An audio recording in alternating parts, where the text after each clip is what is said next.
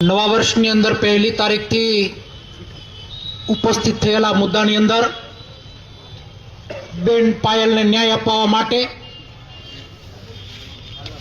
એક દિવસ પહેલા આ વિસ્તારના વિરોધ પક્ષના પૂર્વ નેતા એવા પરેશભાઈ ભારતીય જનતા પાર્ટીના લખેલા ડુપ્લિકેટ લેટર બાબતે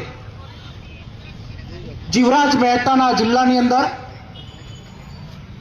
રાજકમલ ચોક ઉપર જાહેર મંચ ઉપર જે ભાજપના ડુપ્લિકેટ લેટરનો કાંડની જે વાતો ઊભી થઈ એમાં લખાયેલા મુદ્દા ઉપર આ જિલ્લાનું માથું ન ઝૂકે, આ જિલ્લાની ગરિમા ન ઝૂકે, એના ભાગરૂપે ખુલ્લા મંચ ઉપર ચર્ચા કરવા માટે આવો ભાઈ કૌશિકભાઈ એક મુદ્દા ઉપર વાત કરીએ। આ જિલ્લો ગુજરાતની અંદર જીવરાજ મહેતા પહેલા મુખ્યમંત્રી બન્યા હોય, આ જિલ્લાની અંદર દ્વારકાદાસ ભાઈ પટેલ હોય, આ જિલ્લાની અંદર નવીનચંદ્રભાઈ રવાણી હોય, આ જિલ્લાની અંદર દિલીપભાઈ સંઘાણી હોય, આ જિલ્લાની અંદર વીરજીભાઈ ઠુમ્મર હોય, આ જિલ્લાની અંદર પરેશભાઈ ધાનાણી નેતૃત્વ કર્યું હોય, આ જિલ્લામાં બાવકુભાઈ નેતૃત્વ કર્યું હોય, આ જિલ્લામાં નારાયણભાઈ નેતૃત્વ કર્યું હોય, આ જિલ્લામાં ડોક્ટર કાનાબારે નેતૃત્વ કર્યું હોય, આ જિલ્લાના ભાજપ હોય કે કોંગ્રેસ હોય, જેને પણ નેતૃત્વ કર્યું આજ દિવસ સુધી વ્યક્તિગત કોઈની ઉપર લાંચ લેવાનું, વ્યક્તિગત કોઈની ઉપર હપ્તા લેવાનું આરોપ લાગ્યો હોય તો કૌશિકભાઈ વેકરિયા ઉપર આરોપ લાગ્યો છે એનો અમને ખૂબ જ રન છે, ખૂબ જ દુઃખ છે, કારણ કે આ જિલ્લાની ગરિમાને લાંછન લગાડવાનું કામ એ ભારતીય જનતા પાર્ટીના ધારાસભ્યએ કર્યું અને લાંછનની અંદર દ્રૌપદીનું જેમ વસ્ત્રારણ થતું હતું, હસ્તિનાપુરની અંદર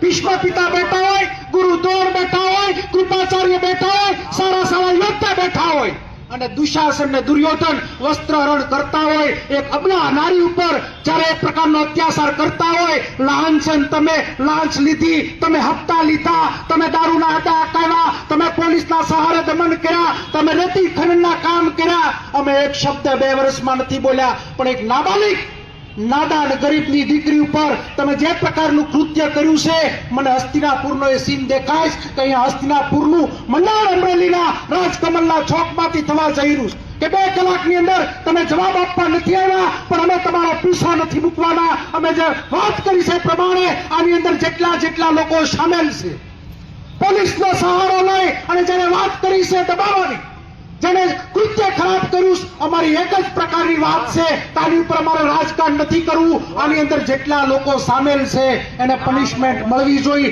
એને સજા મળવી જોઈએ। હર કોઈ પોલીસ અમારી દુશ્મન નથી, પણ પોલીસના સહારામાં જે ખોટા કાર્ય કરે છે એને જેલ હવાલે ડિસમિસ કાયમી માટે થવા જોઈએ। આ માંગ સાથે અમે 2 કલાકની અહીંયા જે અલ્ટિમેટમ આપ્યું હતું, અહીંયાથી યુદ્ધના મંડાણ થાય છે, વીરજીભાઈ વાત કરી હોય, પરેશભાઈ વાત કરી હોય, આ જિલ્લાની અંદર ભૂતકાળમાં 2015માં પૂર્વ વખતે અમે નક્કી કર્યું હતું કે આ જિલ્લાને ન્યાય અપાવો।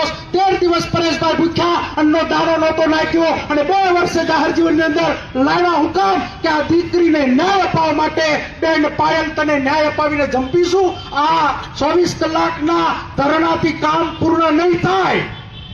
ભારતીય જનતા પાર્ટી કાન ખોલીને સાંભળી લે કે આ વાતને તમે નાની સમજતા હો તો તમે ખડ ખાવશો, આ વાતને તમે નાનું રૂપ સમજતા હો તો તમે ભૂલ ખાવશો। દાદા મુખ્યમંત્રી ભૂપેન્દ્રભાઈ તમને દાદા તરીકે મેં સાપ આપીશ, તમારું ત્રીજું નેત્ર ખોલો, નહીં તો ભારતીય જનતા પાર્ટીને આ બેન પાયલ ભસ્મ કરી નાખશે। હું તમને ફરી વખત કહું કે આ લાગણી એટલા માટે વ્યક્ત કરીએ કે મારે પણ એક દીકરી છે, પરેશ ધાનાણીને પણ દીકરી છે, દીકરી તમારા ઘરમાં હોય, કલ્પના કરજો કુંવારી દીકરી બારામાં ચાર પોલીસે કામ કર્યું હોય, ગમે સમરબંધી પોલીસ હોય, બાંધછોડ કરવામાં નહીં આવે, જ્યાં સુધી ડિસમિસ નહીં કરીએ, કોમ્પ્રોમાઇઝ કરવામાં પરેશભાઈ નહીં આવે। આ લડાઈના મંડાણ ગામડે પોગાડશું, જિલ્લે પોગાડશું। જો નિર્ણય ભાજપ નહીં લે, જો સરકાર નિર્ણય નહીં લે તો આ પહેલી તારીખે જરાક લંકામાં પરેશભાઈ પૂછડું અડાડવા ગયો હતો, પત્રના રૂપી પૂછડું અડાડ્યું હતું। આ આગ આખા ગુજરાતમાં લાગશે।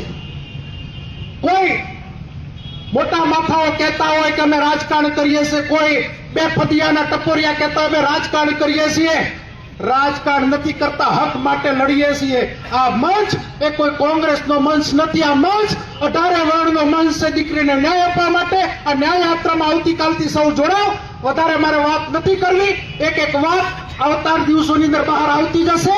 ફરી વખત પોલીસને કહું છું કે ગઈકાલ રાત્રે પણ તમે જે હરકત કરી છે, તમે અમારા દુશ્મન નથી, પણ તમે એમ સમજતા હો કે અમારથી કાંઈ નહીં થાય તો અમને ન્યાયતંત્ર ઉપર ભરોસો છે, અમે સુપ્રીમ કોર્ટ લગી જંપવાના નથી, એ મનમાં લઈને વાત ચાલજો. આના ભાગરૂપે આપ બધા અહીંયા આશીર્વાદ અને પ્રેમ આપવા આવ્યા છો. બધા જ પત્રકારે મારા 8 દિવસની મુહિમમાં સહકાર આપ્યો. બધાનો ધન્યવાદ. ભારત માતા કી જય.